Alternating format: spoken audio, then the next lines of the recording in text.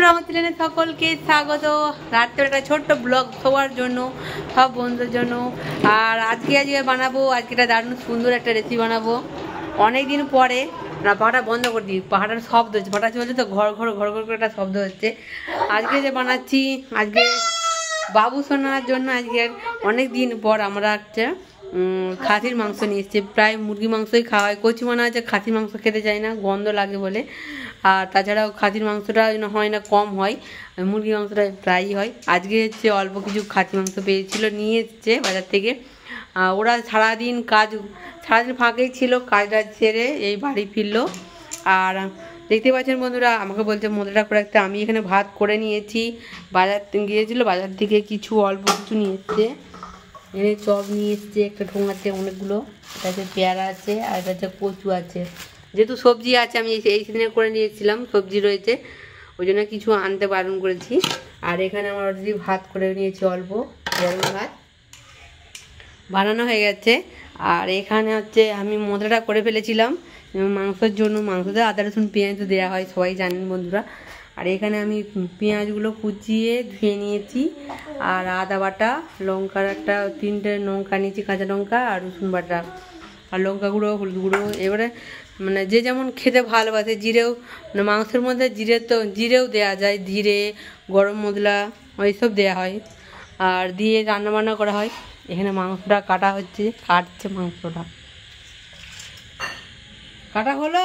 কদ্দূর কদ্দূর কাটা হলো ছোট করে পিস করে দিয়েছি। দেখো বড় বড় ছিল, ছোট ছোট করেছো? একদম ছোট করেছি, কারণ শক্ত লাগবে, নাহলে সেদ্ধ হবে না।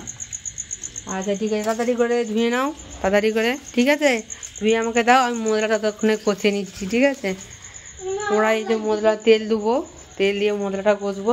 ঠিক আছে, ততক্ষণে মাংসটা ধুয়ে আনা হোক, আমি ততক্ষণে মশলাটা কষছি।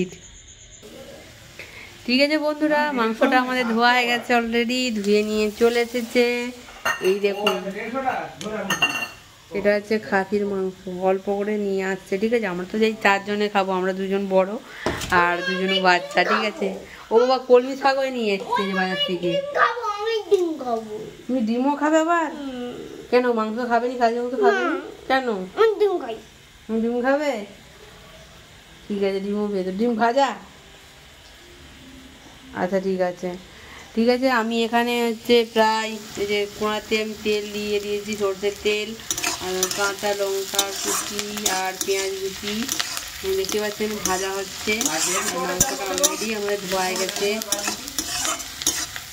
ভালো করে একটু ভেজে নিয়েছি। পেঁয়াজটাকে একটু ভালো করে ভেজে নিতে হবে। ঠিক আছে, আবার জিব্বারায় বদমাইশি করছে, সারাক্ষণ শুধু বদমাইশি, মোবাইল দেখবে, বদমাইশি করবে, সারাক্ষণ দুষ্টুমি করবে। যেহেতু বৃষ্টিটা বিকাল দিকে অনেকটা ধরন করেছে, আর মানে কি বলবো, চারিদিক ভিজে, গোটা দুয়ারটাতে মানে ঝড় ঝাপটা জলে প্রচুর পরিমাণে ভিজে গিয়েছিল। আর হচ্ছে এই সব পরিষ্কার পরিচ্ছন্ন করেছিলাম, শুকনো হয়নি, দুয়ারগুলো সব ভিজে। পেঁয়াজটা আমার অনেকটাই সোনালি কালার মতন চেঞ্জ হয়ে যাচ্ছে।